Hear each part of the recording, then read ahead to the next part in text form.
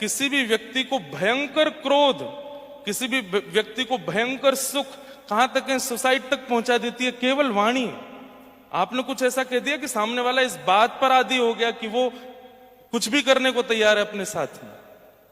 तो पांचवा और अंतिम लक्षण स्पिरिचुअल व्यक्ति का क्या है?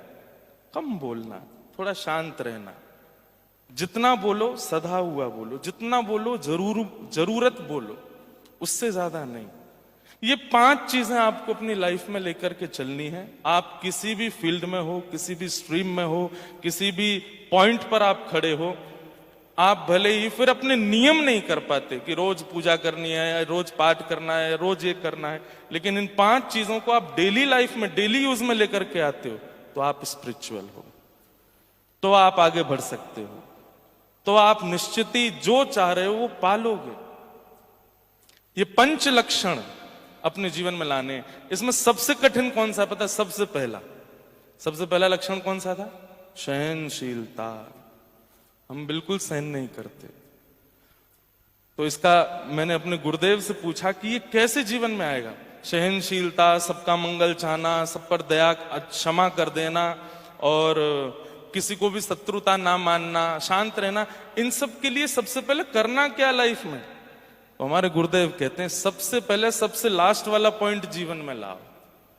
थोड़ा कम बोलो, शांत रहना शुरू करो।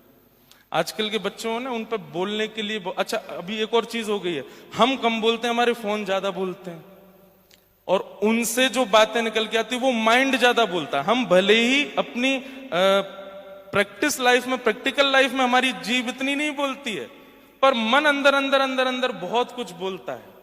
उसको थोड़ा शांत रखो। उसके लिए सबसे पहले आप मौन रहना शुरू करो। मौन कैसे रहा जाता है? भगवत गीता में श्री भगवान कहते हैं कि मौन रहने का एक ही तरीका है कि दूसरे को सुनना शुरू करो।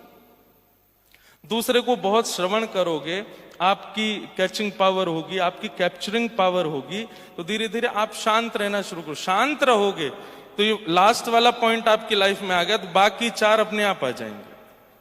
शांत रहना शुरू किया, मौन रहना शुरू किया, तो दूसरा लक्षण आपकी लाइफ में क्या आएगा? आप किसी को शत्रु नहीं मानोगे। शत्रु होते ही उसके सबसे ज्यादा जो बहुत बोलता है। शास्त्र का एक पॉइंट है, मौने च कलहो नास्ति।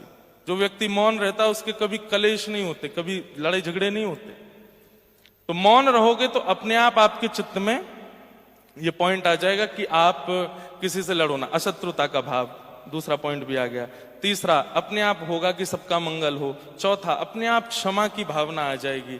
और ये चारों आती जो सबसे डिफिकल्ट है वो भी आ